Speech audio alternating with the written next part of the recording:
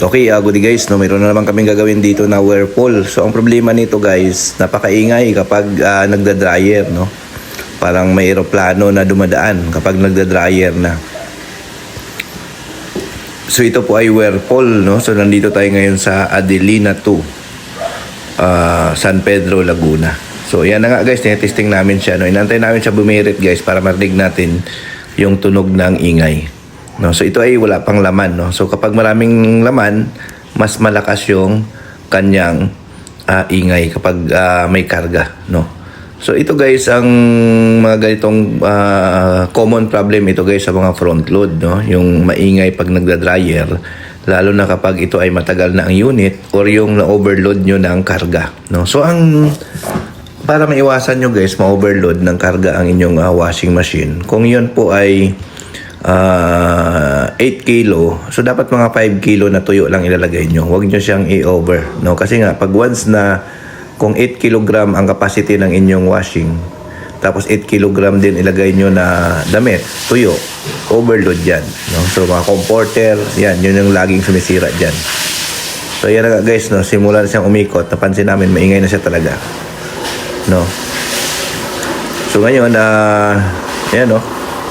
Napakaingay niya, no. So ibig sabihin guys, ang problema nito is bearing, no, kasi nga ganyan yung ingay niya.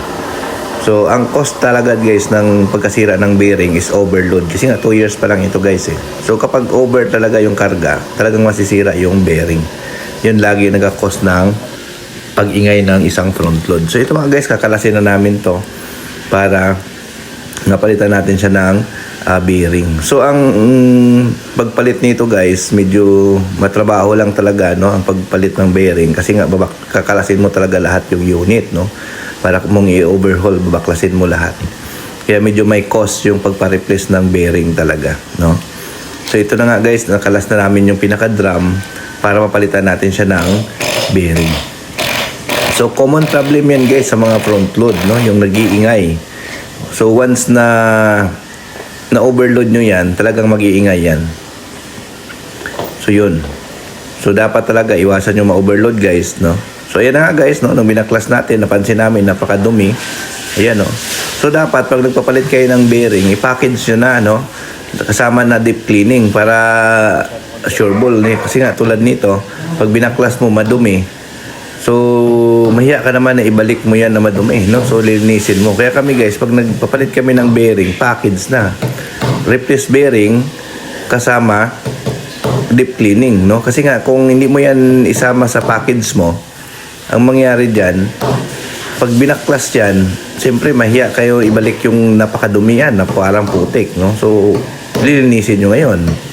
So ang mangyari dyan, dahil hindi kasama sa package mo, sabihin ni customer, linisin nila muna yung drum, no. So kung matigas yung dumi, matatagalan kayo, no. So mas maganda kung isama nyo na sa package yung deep cleaning. So ayan na nga, after namin napalitan guys ng bearing, ina-assemble na natin para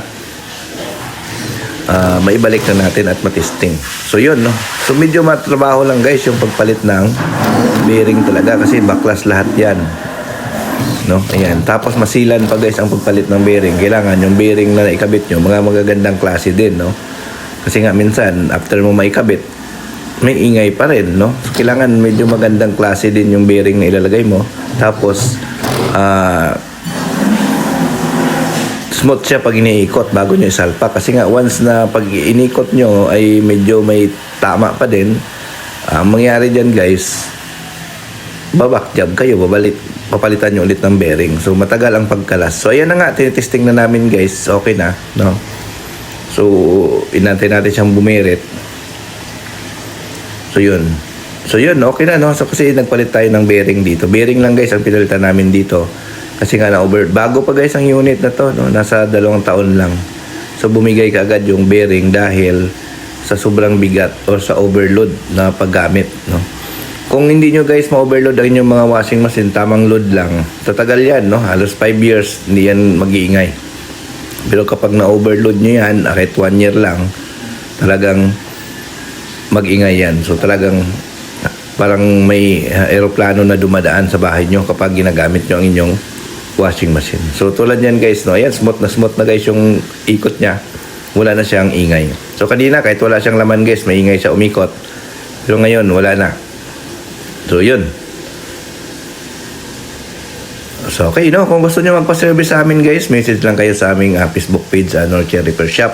Kami naman nagsiservice ng Cavite, Laguna, Batangas. Okay, thank you.